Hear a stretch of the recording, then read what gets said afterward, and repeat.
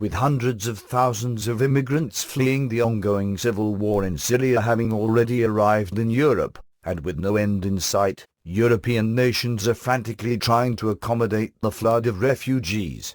A report in the New York Times on September 3 cited a UN forecast that 3,000 immigrants a day, many of whom have fled from Afghanistan, Iraq, and Syria, will enter the Balkans, the first stop on their journey to Western Europe during the next few months.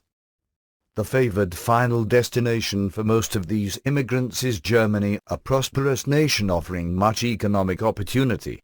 Germany has received over 500,000 applications for asylum since the civil war began in Syria in 2011.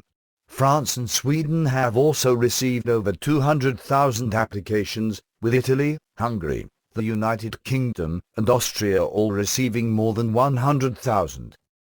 As was noted in a September 9 New American article, European Commission President Jean-Claude Juncker asked EU members in an address to the European Parliament that day to accept 160,000 migrants.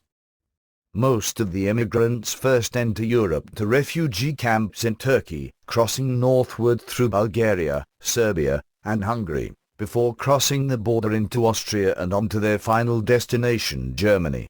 However, the large number of immigrants passing through Hungary has created many problems, and the Hungarians built a 110-mile-long razor wire fence along its border with Serbia to stem the flow. Prime Minister Viktor Orban said that Hungarian army troops would be deployed along the fence, and anyone who does manage to cross it will be arrested and face legal consequences. But he rejected the use of lethal force, noting, "No gunfire will be necessary." The New American reported on September 7 that Orban has criticized efforts by European Union leaders such as Juncker to impose immigration quotas on member nations before the continent's borders are made secure. Orban told Hungarian diplomats in Budapest on September 7, "As long as we can't defend Europe's outer borders, it is not worth talking about how many people we can take in." The quota system wants to treat the effects before it treats the causes of immigration.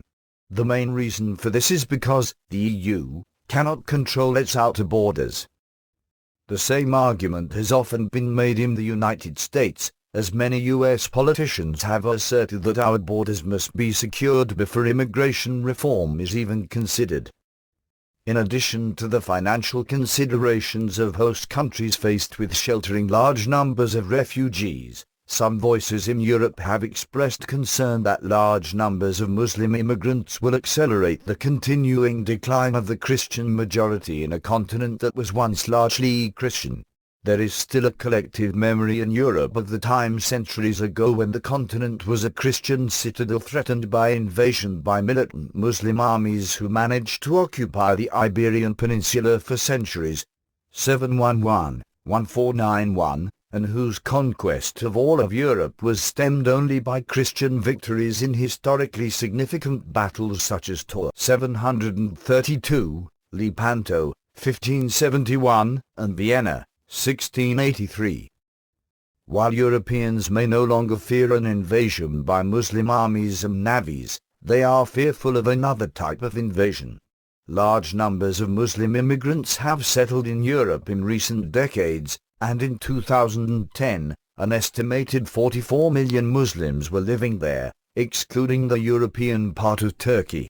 A Pew Research Center study published in January 2011 forecasted an increase in the Muslim percentage of the European population from 6% in 2010 to 8% in 2030.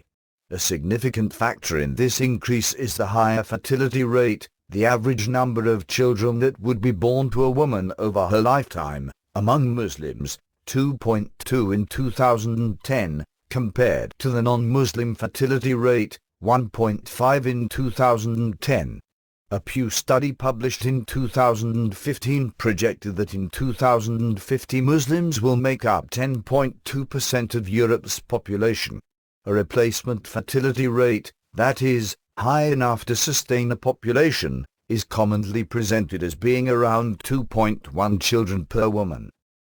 However, it might be asked if Europeans who do not have enough children to sustain their population might bear much of the responsibility for the decline in the percentage of Christians. An article in the Financial Times for September 8, "Migrant Crisis Adds to Europe's Anxiety About Islam," addressed the uneasiness existing among many Europeans over the influx of millions of Muslim migrants and mentioned Orban and Slovak Prime Minister Robert Fico as European leaders who have publicly voiced such concerns. In an opinion piece he wrote for Germany's Allgemeine Zeitung, Orban addressed a common concern among Europeans: the potential impact that the new immigrants would have on the historically Christian culture of Europe, noting that they are mostly not Christians, but Muslims. He continued, "That's an important question because Europe and Europeanism have Christian roots. Or is it not already a cause for concern in itself, that the Christian culture of Europe is already hardly still able to hold Europe in their own Christian value system? If we lose sight of the European idea, Christianity can become, on its own continent, a minority." The concern expressed by Orban and other Europeans about how large Muslim migration might impact Europe's Christian culture is a valid one, but no more so than the impact that any large, uncontrolled migration might have on any existing culture. A large part of what makes a nation is the existence of a common culture. This culture is represented not only by similar religious beliefs, but also by a shared history and a common respect for the nation's political system. When immigrants are admitted in small numbers, they tend to assimilate and embrace the prevailing culture. When too many arrive in too short a period of time, they tend to balkanize and divide the nation instead of integrating into it. At the root of all such considerations, however, is the ultimate issue of national sovereignty.